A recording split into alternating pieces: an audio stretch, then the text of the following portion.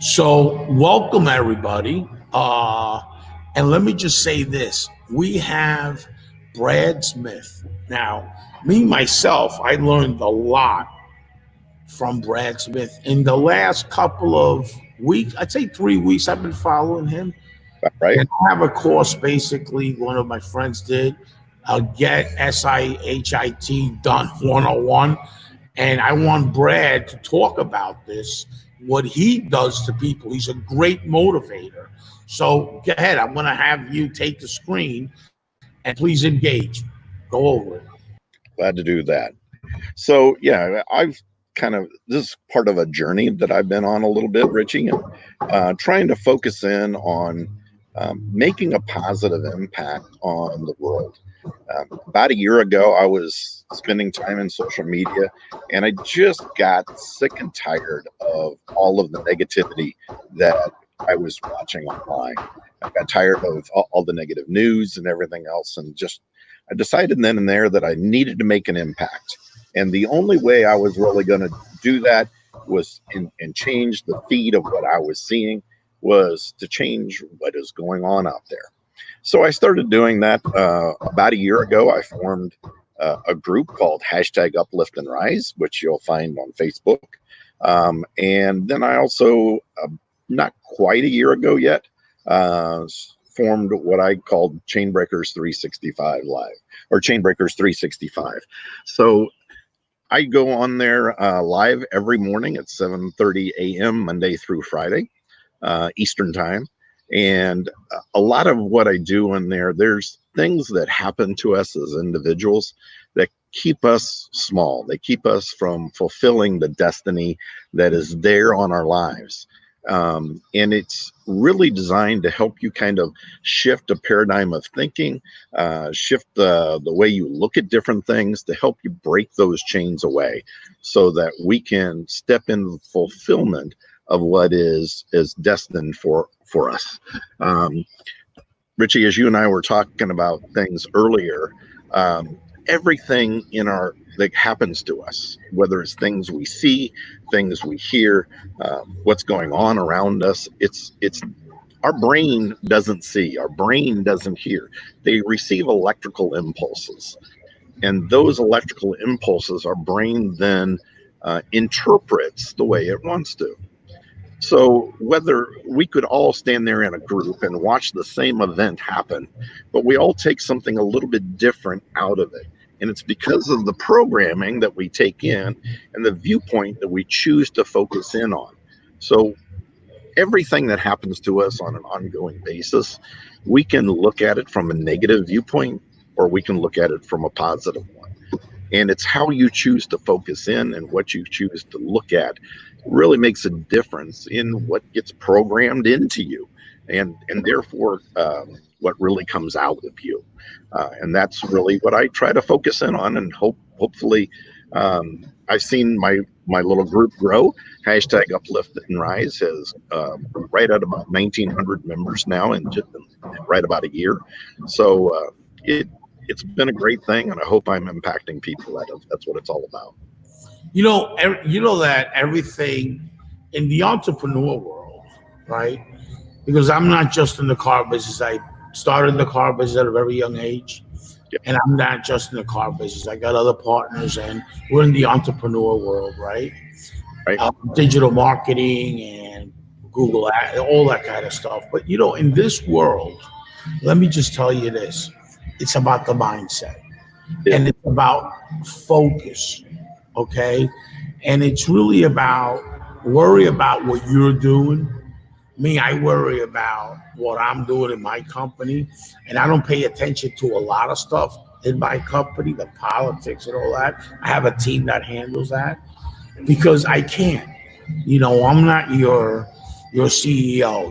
I'm more of I want to get things done. I just pay attention to what I know how to do, and I have different people in that area that help get it to the next level. I got great partners, because that's the mindset. I don't want to mess up my head. A salesman, you can mess up their heads easily. Done. They're like, well, that's it. You're done, right? When you're a salesperson and you got talent as that one stupid thing, They tell you, and your head's done, right? So I work out not physically, I work out mentally. I work out with my mindset, and perception is something that you got to be careful, because whatever the perception is, that's what your reality is, right?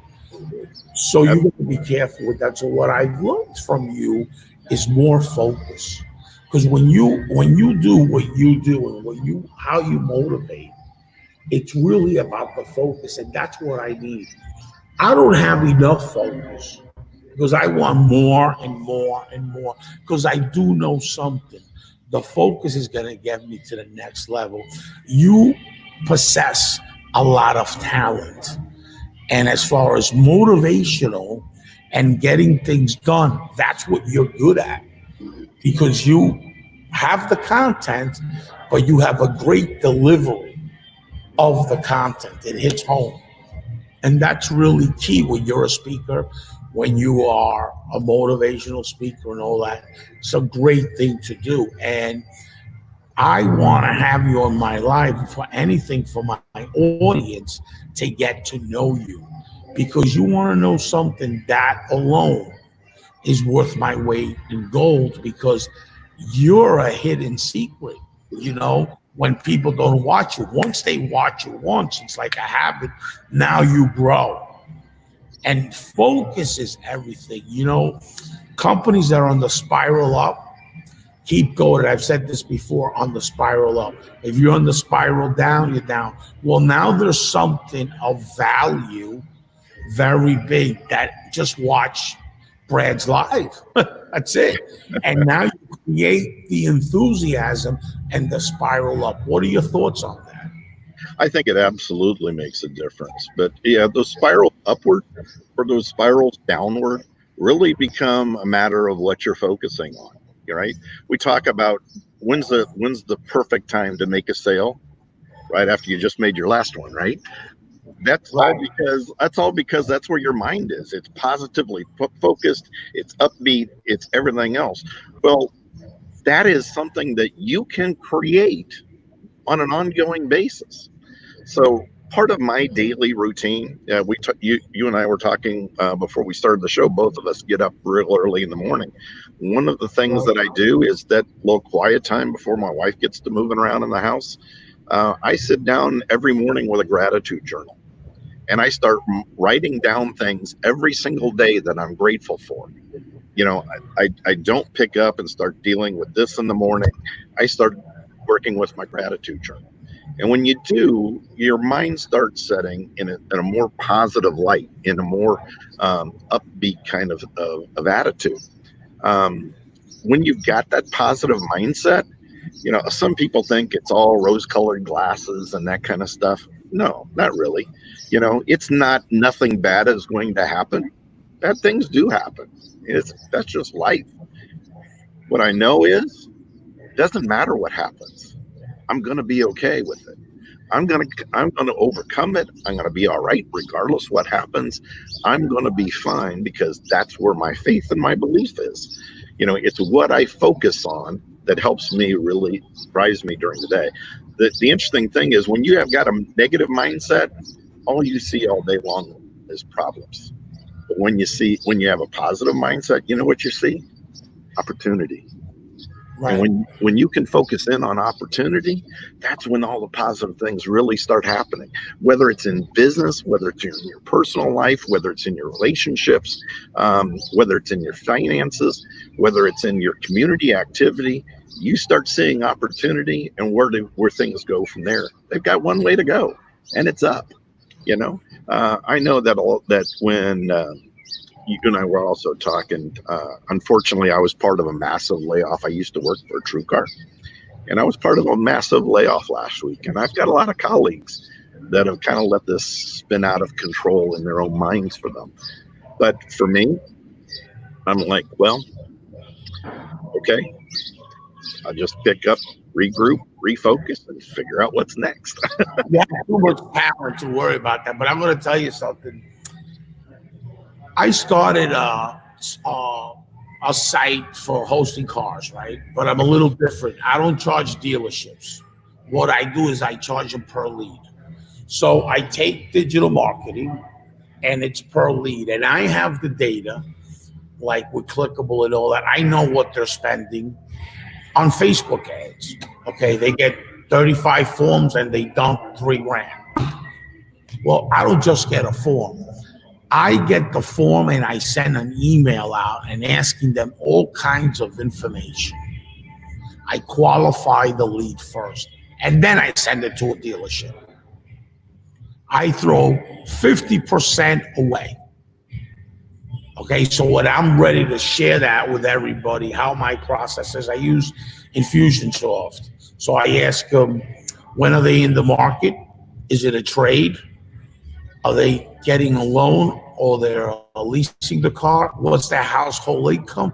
And what is their credit score? People know their credit score, so they just say, well, what it is, right? And is the car for them or is it together? So all these questions I ask, right? And the reason is because now it has a qualified lead. Absolutely.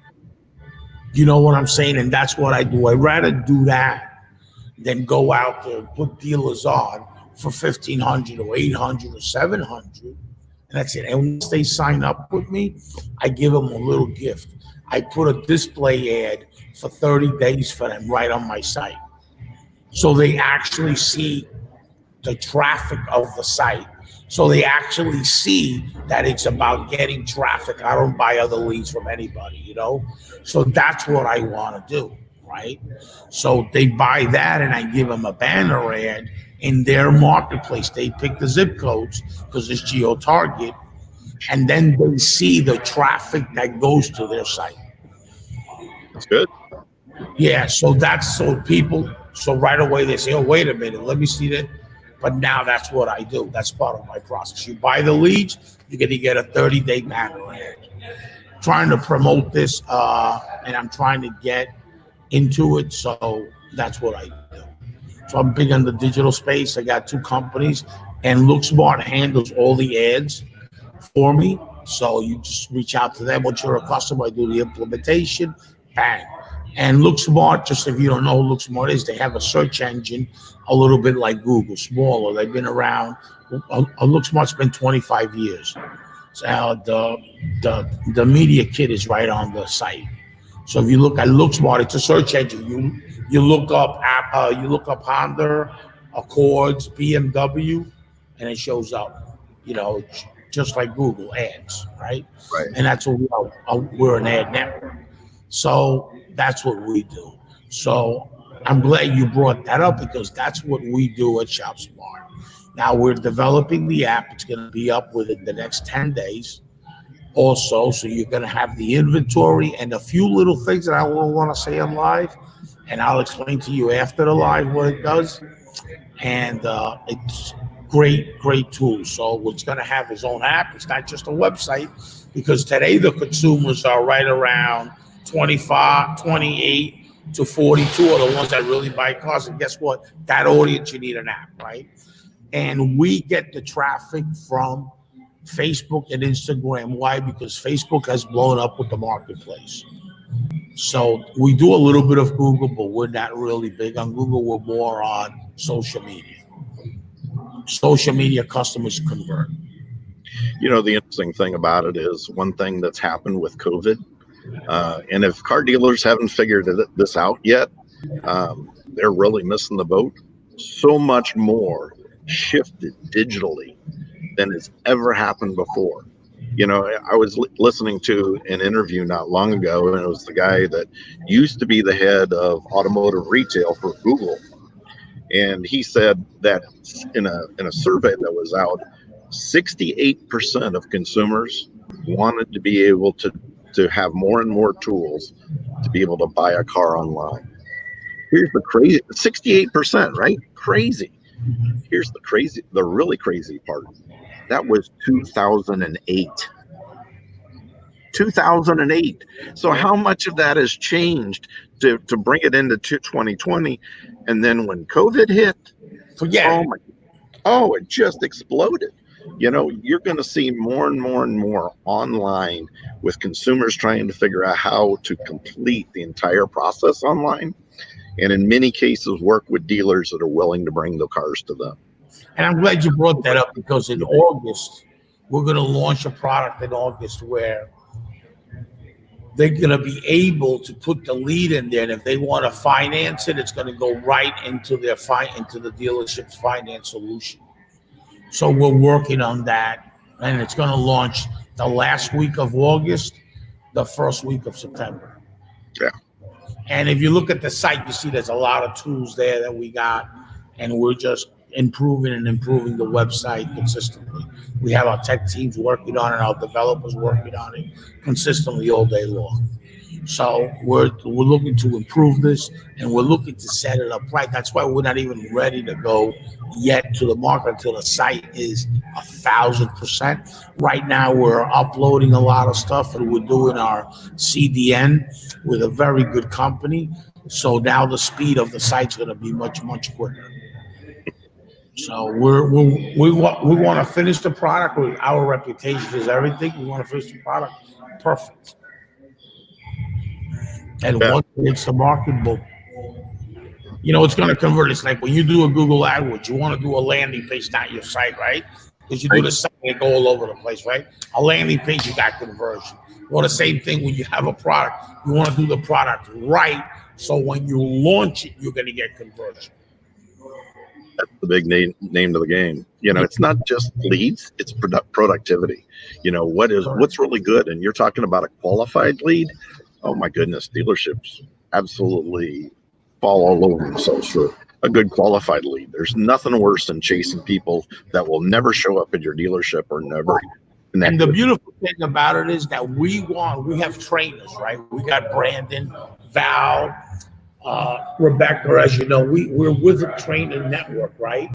That are very well known. So I pray that dealers don't really have a good product with me. So then I can train their dealership, and instead of them getting a delivery ratio of 15, they get 22%. Because you can't even get a lead from my company if you don't sign something stating that if it doesn't work, our trainers will come in and train your dealership. So that's what it is, because they all blame the lead gen. Every dealership in the world blames the lead gen. Well, guess what? Now I have a training solution when that dealership's blamed by leads. And trainers like Brandon, he runs 18 dealerships, and he's a corporate trainer, right? And he's got a track record. He worked for DCH. He worked with Asbury. He's been around a long time. Val used to run Call Source, okay? Worked for corporate Nissan. And now he's on his own, okay? So I have corporate trainers, not trainers that, that just are getting into the training business. People that have a track record, right? So that's what we want. We have a training network, and that's what we're going to do. That's why there's something called Automotive Training News, right? We developed that, and because we were working on getting this together. So now we have the lead.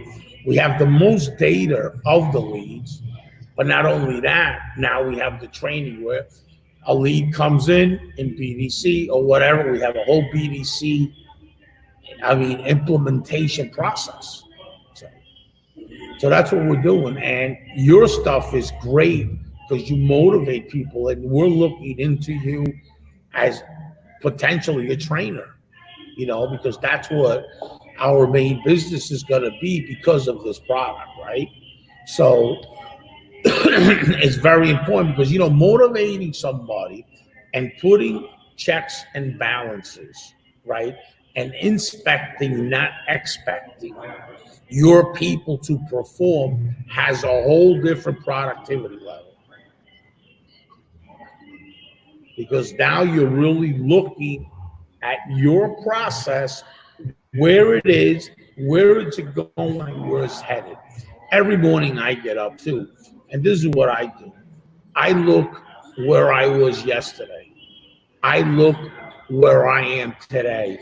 And I look where I could be tomorrow. Absolutely. Right? And then that tells me what I got to do next. You got to look at yesterday. You got to look at today.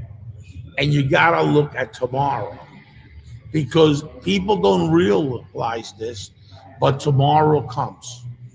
Being in the B2B, there's a sales cycle within 3 to 6 months, right? Right. Being in the car business where I am now in the show, this is not green screen. See, this is actually I touched things, right? It's not green screen, guys. Okay. Right. Being in a dealership like here, you're able to see what's going on, right? Here is not a selling cycle of 3 months. Here's now, now, now. A customer walks in there, the door, it's about now. And that's why a lot of guys fail that come from this side of the business, because they don't understand about a selling cycle. It could be a month and a half or 3 months. You gotta keep following it up. So when you have a guy that came from here into the B2B and he's still here because my partners own stores, right? Now that gives you a whole different perspective. Absolutely. And Richie, what you're talking about in a lot of cases is being, that self-examination is the first part of goal setting, and it's really, a lot of people think goal setting, oh, well, that's for salespeople, or that's for athletes, or that's for business people. That's not necessarily for me, really. It should be there for everybody. We should be looking at all parts of our lives all the time, because let's face it, life is either happening because of you or it's happening to you. The question is who do you want being in control of what happens to your life? You or somebody else? Because it's going to happen. It's absolutely going to happen. So do you want to be in control of what happens in your own life, or do you want to be subjected to somebody else's? Because now you and I can both sit here and look and kind of laugh and say, if we were here back in 2015, I guarantee you there's nobody that expected to be where we are in 2020. Exactly. Nobody. That wasn't even a dream. That wasn't even a dream. Not even a nightmare. Right. We never thought about that. Why we might have this goal, why we might have this objective, it should be a fluid plan, something that needs to be able to move and adjust all the time. I've been in cases where I had 5 and 10-year goals that I did in 6 and 9 months, and others that maybe got pushed to the wayside or had to wait until later. I've been spending a lot of the last few days just kind of picking up the pieces around home, because it's stuff that I neglected when I was focused in on work, and sometimes we let things slip to the side. But we need to be able to self-examine that to realize some cases where we let things down and where we need to pick those pieces back up. Is it in your finances? Is it in your relationships? Is it in your work? Where is it you need to readjust? And we need to be looking at it all the time. Ongoing education needs to be a part of it as well. Because the way I look at it, if you're green, you're growing. But if you're ripe, where are you? You're rotting. And let me add something to that. Why, when you're green, you grow? Because you grow based on your enthusiasm. That's right. And how do you create enthusiasm? Learning curve. When you have a learning curve every day, your enthusiasm goes, because you're learning new things that are actually working. What happens is, when you hire a green pea in the dealership, he's good for 60 days. He thinks he's learned everything in 60 days. The stores that have a trainer, like the Jim Ellis organization, like Asbury organization, okay, like the Lithia Group, those are the stores that have that enthusiasm carry them 12 months. Because what training does, it carries enthusiasm because of the learning curve. So stores don't realize that. They say, oh, I'm okay. And that's the difference between a professional dealership that's owned by a real owner that's what he cares about, versus an owner that maybe he'll hire a trainer, and once he sees some results, he stops his retainer, and then he goes back on the spiral down. right? Right. Okay, but then he goes out and spends 60 grand on marketing, calls one of our companies, Clickable, whatever. I have a new budget, 65,000. Listen, forget about that. You're not gonna create. I tell them, don't even spend that money. Just put 20 grand and put 15 grand in training. Because what are you gonna do when you get the traffic? What are you gonna do when you get the traffic? The salespeople don't know what to do with it. What are you doing? They're all stale.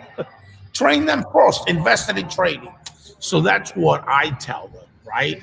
Because our interest is having a product that really works. Everybody's happy, and the only way you're gonna make people happy is how much money did I make? That's it. Nothing else is gonna make anybody happy. It's all about dollars and cents. How much money can I put in the bank if I get your solution? The ultimate measure. We'll do this. But we have a training program. We have this. If it doesn't work, we'll bring our trainers in, right? Now Right. the difference. It's about cha-ching, cha-ching, cha-ching. When you're in the B2B, you're not selling a car to a customer. Customers don't care if they depreciated and lost money because it's for personal use. When you're in the B2B sector, you're selling a tool that has to make them money. That's the difference. And that's bottom line. All about the value you bring. It's all about the value, correct? And it's all about the money you bring them in their account. That's the difference between you have 100 accounts today and you wake up at the end of the month and you lost 10 or 12 of them. And you keep dropping because you're not giving them the results. I mean, anybody can sell a dealership. Here's the kicker. Keep them for long term. Show me people that keep a dealership for 18 months, 22 months. That's what I want to see. And how do you do that? By having somebody like you that's a great motivator, by having Brandon that's a great trainer, having the coaches on. That's how you keep your customers, because retaining a customer is worth more to me than anything you can imagine. Right? If That's what it is. you think about what we do all the time, what we're doing is planting seeds. Well, how well seeds are going to grow and how well they're going to flourish depends on what? It depends on the environment that they're in, and the nutrients they're able to bring in, or what they're able to draw in and grow from on an ongoing basis. Motivation and education are some of those nutrients that we bring into ourselves. It's what helps us grow. It's the sunlight, it's the oxygen, it's the nitrogen from the soil, it's those types of things. But if we don't get that on a daily basis, we stop growing. A lot of people that sit there and go, well, we did training once, it didn't work very well. Because you did it once. Motivation and education, it's an ongoing process. It's Right. like bathing. It's like bathing. That's why we recommend you do it every day. Yeah, right. And what you do is you're great pointing stuff out and motivating the people, because you want to know something? When you motivate, you activate, right? You activate the brain to do something. That's what you are. You're a programmer. Like, these sites, they have programmers. Well, you're a programmer because you're motivating at the same time. When you're done motivating, bang, the light bulb comes on, and now you're activating. And when you motivate, you're motivating yourself, because now you're activating new thoughts because you're exercising this. That's Okay? right. That's what you're doing. You're exercising this machine. And when you feed that machine and you exercise it, there's only one thing that's going to happen: results, productivity, and your human side's going to come out. So you're going to nurture everything you touch. And that's what it's about. You have a 3-pronged process too. You motivate, you activate. You're motivating yourself and activating yourself, but you're also nurturing everything you touch. You're out in the woods now, right? Those trees and all that, you're nurturing that because of your energy. People don't understand. Being out in your yard, you're activating your entire environment. So it's like the magnet right in your house. It comes in. You bet. You bet. It's the mindset. Absolutely it is. We need to be aware of that environment all the time. And it doesn't matter if it's just our work or whether it's our home. If we don't have people, our friends, our family, or whatever, that are encouraging us, that our friends that are encouraging us and helping to keep us motivated, then sometimes we need to find new friends. Um, Unfortunately, some of the most well-meaning people, the ones that love us the most, are the same ones that in some cases are going to pull us down. Why? Because they think they care. They think they're giving good advice, but did they ever do it? Have they ever been there before? Have they ever tried doing exactly what it is that you're talking about doing? They don't necessarily accept it because they don't have your vision. They don't have your belief. You, Richie, I'm sure you've got your COOs that carry you out. In some cases, they tell you, you said, you can't do it that way. But they Right. didn't discourage you and say you can't do it at all. It's Right. like, let's find the way to make it happen. Right? Right. Those people that can figure out how to take your vision and make it happen, those are the ones that really absolutely make things explode. Right. And you've got to be able to surround yourself by people that absolutely not only motivate and encourage, but believe in you and help you along that process. And it's that same way in every area of our lives. If you don't, if even if we're in finance, in our own personal finances, if you don't have a spouse that believes in the same vision that you do, right? Then if you're working on some person making the money over here, but if it's spinning it out the other direction just as fast, you don't get anywhere, do you? No, you get nowhere. Listen, I'm going. I got separated. I'm with somebody now that backs me up and everything. She's an entrepreneur herself. There's a big difference, and take it from me because I know. Okay, so there's a big difference. But the other thing that you touched on that was really, really important. is a lot of people don't see it, right? You don't see the vision, because it's hard when somebody's creative. It's hard when somebody says this could be done, and then you go to your team and they say, "No, Richie, blah blah blah." But I have people that can make my vision into reality, Right. right? And that's key. I got a couple of them in my team, but I have a lot more of guys that look at, this is not good. The revenue doesn't matter. That's the way they are. It's not that they're negative. I don't look at them as negative. I look at them, they're just pointing it out. So then I take it to some people that look at my vision and see if I can execute it. Sometimes they told me no. So when you have a lot of access, this kind of stuff really helps you. Entrepreneurship is not easy. To be a startup company, it's not easy. To have success in a company, and now you have access to some dollars, that's harder because you can lose that in a stomach ache. Yeah. You get a stomach ache and your two guys get a cold and you're out of business. See ya. That's right. That's So right. that's why it's more about the infrastructure of your company than anything else, because you got to protect yourself from what happens, like with COVID-19. I was in the middle of developing the shop spot with that. What happens with that? I mean, if I wasn't prepared financially with my partners, and yes, and we had a plan strategically that we did it a year ago. A year, I would have failed. I would have said, you know what, now I'm done. And we weren't prepared for that, but we prepare every day for let's protect what we have first. Let's put that shield about it. And nothing's 100%. I got to tell you something. It's like you protect cybersecurity.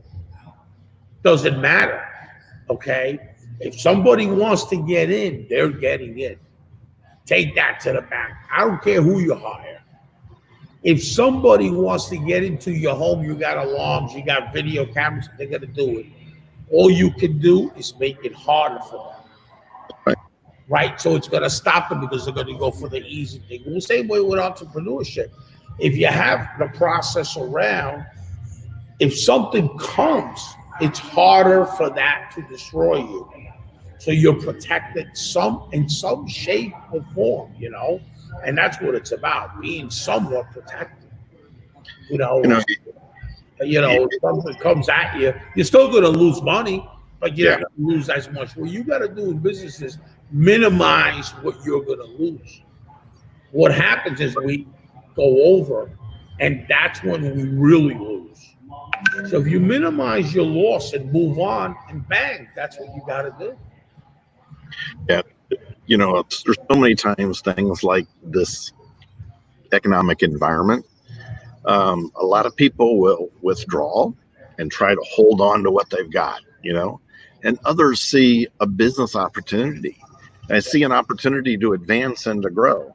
I was in real estate when 9/11 hit, right? There were a lot of realtors in the market that I was in that withdrew and just quit doing business. Um, that month was the best single month I'd ever had in real estate because I never stopped. I never quit. I never even slowed down. We kept going and going and going and absolutely exploded because why? Because nobody else was paying attention. You know, I've seen examples of two brothers that grew up in an abusive alcoholic family, right? One absolutely just kind of spiraled out of control and went downward and ended up homeless. And when people turn to him and say, what happened? He said, well, I grew up in this environment. What did you expect? The other saying his brother, right? His brother absolutely made a huge success of himself and grew businesses and everything else. And when people asked him why, and he said, because I grew up in this environment. What did you expect? How did you expect me to react? Right? So two brothers in the same environment, and what happens? One goes one way and one goes the other. It's because what they chose to focus on, what they chose to be able to take out of it, and how they chose to respond to the environment that they were in. So, it was interesting how many, if you think about it, how many millionaires were created out of in 2008, right? When we had that recession. Uh, Right. that's when I'm gonna draw blanks all of a sudden. um, uh, what was the huge ride share, Lyft and drawing a blank. Anyhow, a lot of them absolutely can launched huge successful businesses that came out of that recession. So do you want to take this and grow, or do you want to take it and hide it away? As a Christian man, a story I'm frequently reminded of is the parable of the talents, right? And um, the boss turned around and gave talents to one man. He gave 10, to one man he gave 5, and to one man he gave 1. Right? The man he gave 10 talents to, when he came back to find out how things were, he said, "Oh, boss, I took these 10 talents," and he said, "I really did great things with them. I invested in them for you, and now these ten are now 20." He turned to the man he had 5 with, right? And he asked him what he did with it. And he grew it and he invested it. And here's these 5 talents that I've now made 10 out of it. He turned Wow. to the man who'd given 1, and he said, "What did you do with it?" And he said, "I knew you to be a very difficult man. I knew you to be stringent and hard, and I took it and I buried it. And here's the 1 talent. I've saved it for you." And Wow. he looked at it and took it away. He turned around and gave it to the men that had made 5 and 10 out of it. So the question is, think of those talents, those coins, and instead think of it as the talents that we have in our person. Are you going to let those talents hide away, or are you going to use them to Right. really grow and multiply? Maximize them, right? You will be rewarded for the effort that you put in. And you know, I'm going to tell you something. You see this I got here, warrantychimp.com, talking about opportunity. One of my partners put this together, where now you can buy as a consumer a warranty online much cheaper than a dealership with credit. You don't need any credit, but if you want to get a loan on it, you could. As long as you own a car, it don't matter what your credit is. Here's the other thing about it. It's 0 interest. So wait, now here's the other opportunity. Sometimes a car can get delivered with a warranty. Sometimes you're maxed out in your lending institution. Well, guess what, Mr. Dealer? Log on here, call me, and I'll give you a deal on this, where now it's apart from the financing with 12 months at 0 interest. There you go. Talk about an opportunity. We developed that. My partners developed that in COVID-19. Because we said, hey, wait a minute. We got to do something. What about the customers that need a warranty? They can't go to a dealership, right? Right. There's no finance manager or whatever. Now what do? Here it is. It was born. Warranty chip, which this solution was born in COVID-19. You know, it's interesting that you talk about that. You and I were talking about Rebecca Chernick earlier, and I've listened to some of her stuff talking about, in many cases where we're seeing online F&I, and people are opting in to purchase stuff well beyond what those some F&I departments are doing. Yeah. Why? Because the value was being shown, because it was being offered. Digital retailing. That's right. And in many cases, F&I departments withdrew and didn't ask because they were worried about being able to hit this target. I'm going to say something. Friday, I have automotive digital retailing. Right? So I'm out there as a digital guy. I did a live. Just let me say this. I did a live Friday. Groove pages. It's about the same thing as ClickFunnels, only with triggers and a lot of different technology. It's for free. All right. Forever, unless the upsell. I got to tell you this. And I said about deals, how important this is. I got to say this. You know that we signed up 29 people. And I want to thank my audience because I got 29 deals automotive. It's about the product, what you merchandise, and what's the value you're giving. I don't care. We do it for free forever. Who cares? But there's an upsell where that you can get your product, right? Now, I had 29 signups. And I want to thank my audience before I forget about that. And I also want to talk to you about that show that I have on Fridays. I basically, we go 3 times live. Auto dealer news, automotive training news, and now automotive digital retail. Because it's alive and well. I mean, digital retail is alive and well. Start getting an e-commerce site. Right. Let me tell you this. And I talk about the Jim Ellis group. Do you know they do the competitions, the showrooms competition, right? I'm going to send you the YouTube. Do you know they sell cars right online when they do a live with their competition on the walkarounds? Because what they do is they take that live and boost it to custom audience, and they're delivering cars. One of the biggest platforms for that is Magentos. When you have a Magento, it does for automotive, right? They have the plug-in. Let me tell you, and dealers, you're missing the boat with this digital thing. And if you don't change, it's going to push you to change. That's right. Do you know what I'm saying? You got to change. You got to be a forward thinker. If you're not a forward thinker, you got problems. But Brad, you know what? It was great having you here. What a fresh of breath. I mean, you've given me, myself, for 2 to 3 weeks that I've been watching you, because it has kept me more focused. And I thank you, and I look at tremendous opportunity together with you, how much I can learn from you. I appreciate it, Richie. Yeah, I'd encourage all of your viewers to go in and join into hashtag Uplift and Rise, and join into Chainbreakers 365. We'd love to have you there. They're live every weekday, Monday through Friday at 7:30 Eastern, and do about a 15-minute segment. So absolutely, the more the merrier. And I appreciate you sharing the show out and just increasing our viewership. It's been wonderful. Thank you so much, Brad. And it's always a pleasure. Please do me a favor. Tag me from now on in the mornings. There you go. Thanks, Richie. Thank you, and God bless. Take care. Bye-bye. I know.